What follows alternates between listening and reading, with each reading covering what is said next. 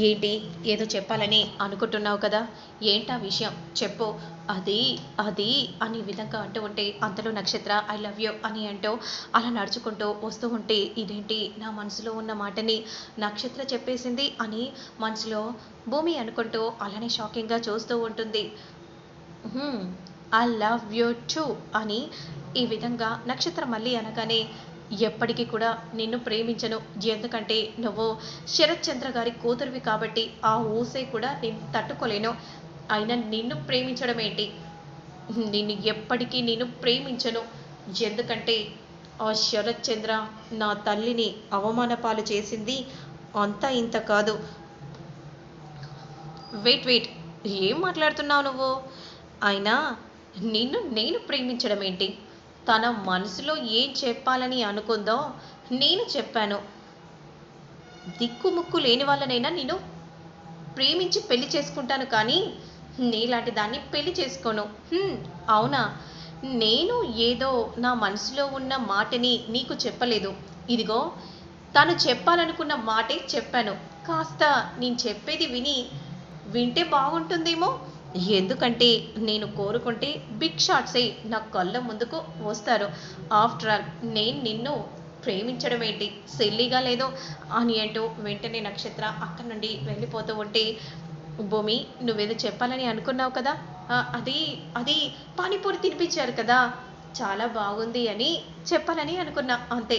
సరే రా తంతిక్క అని అంటూ వెంటనే అక్కడి నుండి వెళ్ళిపోతూ ఉంటారు.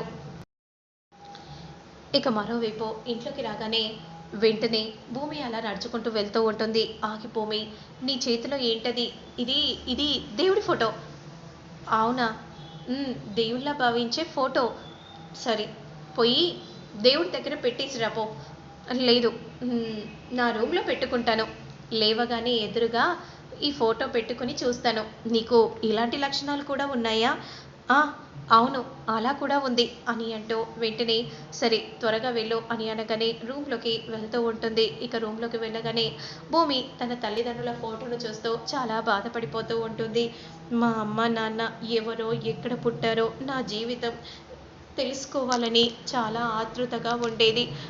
కానీ ఈ ఫోటోలే మా అమ్మ నాన్నలని తెలిసాక నేనెంత సంతోషపడ్డానంటే ఆ సంతోషాన్ని బయటికి కూడా చెప్పుకోలేనంత సంతోషంగా, ఏంటో గురువని నాట్యం కూడా నేర్చుకున్నాను. కానీ ఆమె నా తల్లి అన్న విషయం నాకిప్పుడు తెలిసింది.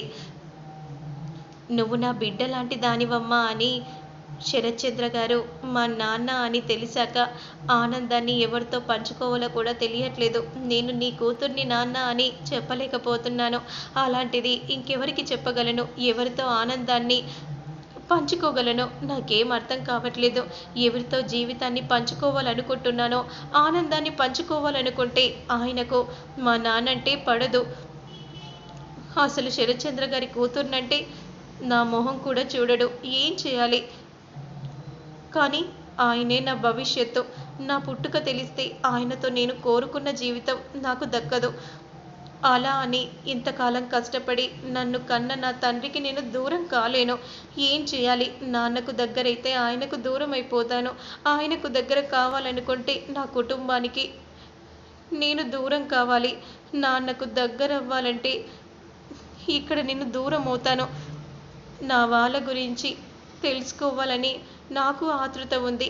ఈ ఆనందాన్ని నేనెవరికి చెప్పుకోవాలి? నిజం తెలిస్తే గగన్ గారికి దూరం అయిపోతాను అన్న భయం నాకు చాలా ఉంది. ఏం చేయాలి? ఎవరి కోసం ఎవరిని వదులుకోవాలి? ఒకరికి దగ్గర కావాలంటే ఇంకొకరిని దూరం చేసుకోక తప్పట్లేదు. అసలు ప్రశ్నార్థకంగా ఇలా మారుతుందని అనుకోలేదు. నాకెవరు మళ్ళీ మళ్ళీ ఎలా మొదలవుతుంది? దీనికి ఎవరు సమాధానం చెప్తారో అని మనసులో అనుకుంటూ ఆ ఫోటోను చూస్తూ భూమి చాలా బాధపడిపోతూ ఉంటుంది.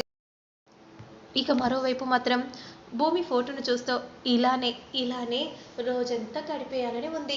నీ ఫోటో చూస్తూ మన పెళ్లి తర్వాత మాత్రం ఇల్లంతా ఫొటోస్తోనే నింపేస్తాను అని భూమి గురించి తలుచుకుంటూ చాలా సంతోషపడిపోతూ ఉంటారు. ఆ రోజు బుర్కా వేసుకొని ప్రపోజల్ చేద్దామని అనుకుంటే అంతలో ఆ నక్షత్రం వచ్చి అడ్డుపడడం వల్లే నా మనసులో ఉన్న ప్రేమని నేను చెప్పలేకపోయాను అని చెల్లి మనసులో అనుకుంటూ ఉండగా మరోవైపు దేవుడికి హారతి ఇస్తూ ఉంటుంది.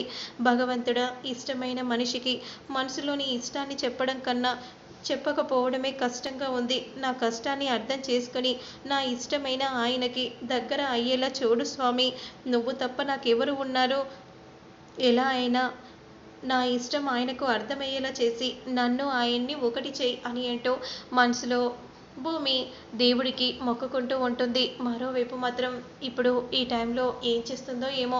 ఫోన్ చేస్తే పోలే, ఒకవేళ పెద్దమ్మ తీస్తే నా ప్రేమ గెలుస్తుందో లేదో, అన్నయ్య తీస్తే ఖచ్చితంగా అండగా ఉంటాడేమో, ఇక చెల్లి తీసిందంటే ప్రేమే పులి స్టాప్ అవుతుంది, ఇక నా మువ్వ తీస్తే ఖచ్చితంగా నా ప్రేమే గెలుస్తుంది.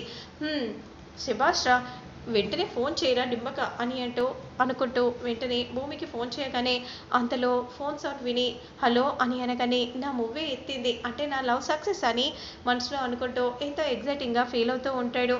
హలో, ఎవరండి? ఎవరై ఉంటారు? హలో హలో అంటుంటే కూడా సప్పుడు చేయట్లేదు అని అంటూ వెంటనే కాల్ని కట్ చేయబోతూ ఉంటే నేను నేను నేను అంటే నేను చెర్రీని. ఓ మీరా? ఏంటి అసలు మీరు ఇంటి వైపే రావట్లేదు అని ఈ విధంగా అనగానే అదే సమయానికి గగన్ అటుగా నడుచుకుంటూ వస్తూ ఉంటాడు. గగన్ని చూసిన భూమి మైమర్చిపోయి అలానే చూస్తూ ఉంటుంది. ఫోన్ని కాస్త క్రిందికి పెడుతుంది. అప్పుడు వెంటనే చెర్రీ మాత్రం నిజంగానే భూమి వింటుందేమో అనుకుని ఇలా అంటూ ఉంటాడు. హలో, నేను నీతో ఒక విషయం చెప్పాలి. ఎన్నాళ్ళ నుండో అనుకుంటున్నాను, కానీ చెప్పలేకపోతున్నాను. ఏంటో, అందుకే ఈసారి ఎలాగైనా చెప్పాలని నిర్ణయం తీసుకున్నాను. అది మువ్వ, నేను నిన్ను మనసులో పెట్టుకోవాలని అనుకుంటున్నాను అని అంటూ ఉంటే మరోవైపు అలానే చూస్తూ ఉంటుంది. అయ్యో, ఈయన టిఫిన్ చేయకుండా వెళ్తారా ఏంటి అని మనసులో భూమి అనుకుంటూ వెంటనే ఆ ఫోన్ని పక్కకు పెట్టేసి ఎటు వెళ్తున్నారు? ఆఫీస్కి తెలియట్లేదా తైతక్క? అవునా తలతిక్క, అయితే మీరు టిఫిన్ చేసి వెళ్ళండి. ఎందుకు? అమ్ముంది కదా పెడుతుందిలే. లేదు, ఈరోజు నేనే చేశాను కదా, అందుకే నా చేతులతో పెడతాను, మీరు కూర్చోండి ముందు అని అనగానే వెంటనే గగన్ కూర్చుంటాడు. మరోవైపు చెర్రీ మాత్రం నా మనసులో ఉన్న మాటని చెప్పేస్తున్నాను మువ్వ, ఐ లవ్ యూ అని విధంగా అనగానే ఇక భూమి మాత్రం ఆ మాటలు ఏమీ వినదు కాబట్టి గగన్తో మాట్లాడుతూ ఉంటుంది. ఎలా ఉంది నేను చేసిన టిఫిన్? బాగానే ఉంది. తినండి తినండి అని అనగానే వెంటనే గగన్ తింటూ ఉంటే ప్రేమగా ఇదిగో ఈ నెయ్యి వేయనా?